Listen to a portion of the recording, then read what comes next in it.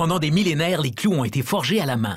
Le procédé était laborieux, ce qui rendait le produit cher. En fait, les clous étaient si précieux qu'au XVIIe siècle, les colons américains brûlaient les maisons abandonnées pour en récupérer les clous.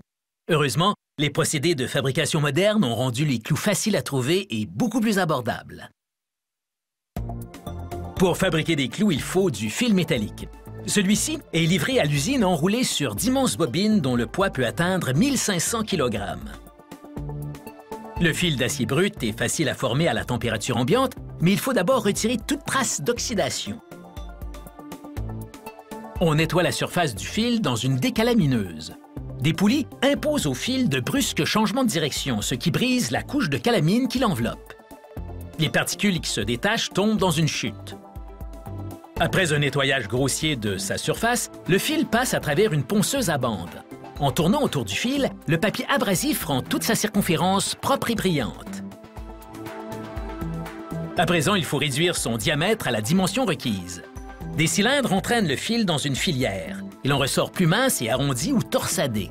Le fil torsadé sert à fabriquer des clous vrillés. Le passage à travers la filière ne crée aucune perte. On étire simplement le fil pour le rendre plus mince et plus long. Voici la filière pour le fil torsadé qui passe dans le carré du centre. Le fil a maintenant le diamètre requis et parce qu'il a été étiré, il est aussi plus résistant au crochissement. Puis, il est embobiné de nouveau. Les bobines prêtes sont rangées par type et diamètre près de la zone de production des clous. Cette machine produit de grands clous qui font entre 12 et 35 cm de long.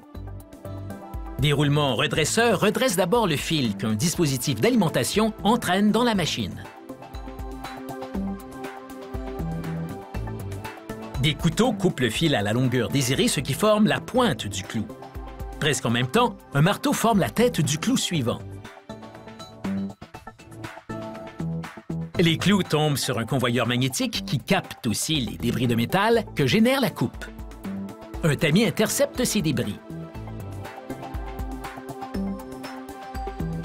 Ensuite, les clous descendent dans une chute, puis dans une benne où ils restent jusqu'à la prochaine étape. Cette machine produit de plus petits clous. Elle fonctionne selon un procédé similaire à la première, mais elle atteint des vitesses vertigineuses. Il faut mettre l'image au ralenti pour voir le marteau former la tête des clous. Jusqu'ici, les étapes de fabrication se déroulaient à la température ambiante et à haute pression seulement.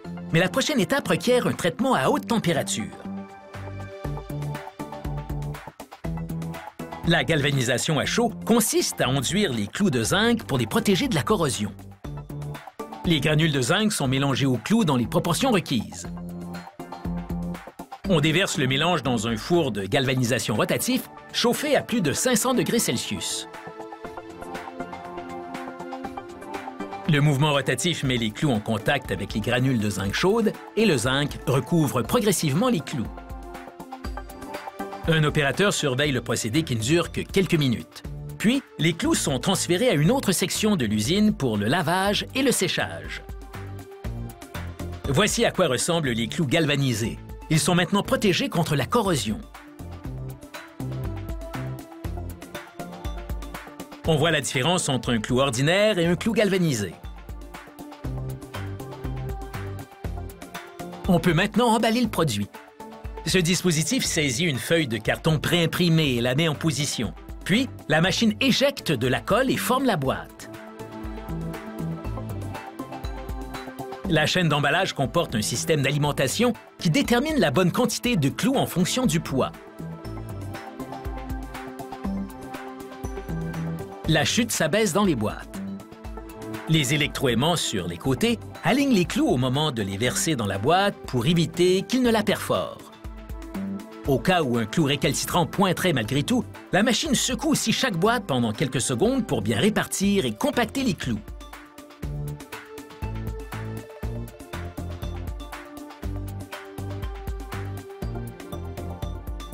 La plieuse colleuse ferme le rabat et les boîtes sont prêtes pour l'expédition. Chaque année, cette usine produit des milliards de clous de toutes formes et de toutes tailles. Que vous soyez un bricoleur du dimanche ou un entrepreneur chevronné, vous trouverez sûrement ce qu'il vous faut.